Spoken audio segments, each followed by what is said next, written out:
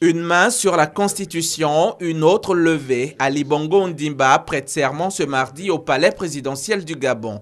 À 57 ans, il rempile pour un second septennat à la tête du pays. Dans un contexte politique tendu, 4 jours après la validation par la Cour constitutionnelle des résultats contestés du scrutin présidentiel.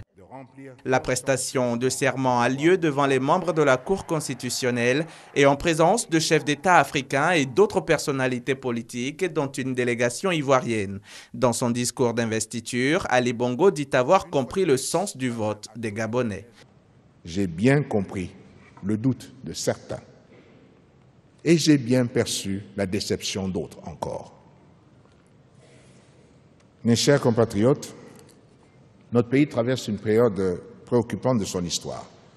Chacun de nous doit pouvoir prendre conscience des difficultés économiques et sociales que nous traversons et des défis politiques que nous avons à relever tous ensemble. Un défi politique qui l'amène à tendre la main à l'opposition. J'invite toutes les forces vives de la nation à s'asseoir ensemble afin de trouver des solutions qui satisfassent nos compatriotes.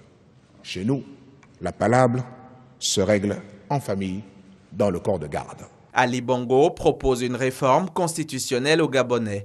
Il est plus que jamais devenu nécessaire, et vous en conviendrez avec moi, de mener une véritable réflexion devant aboutir à des réformes constitutionnelles ambitieuses et courageuses.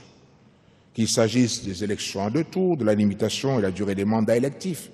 Comme je l'ai déjà dit, tout devra être mis sur la table. Développement, bien-être de ses concitoyens, voilà les tâches que s'est assigné le président. Élu avec 50,6% des voix contre 47,2% pour son rival Jean Ping selon la Cour constitutionnelle, le challenge actuel d'Ali Bongo est de décrisper la situation et ramener la paix au Gabon.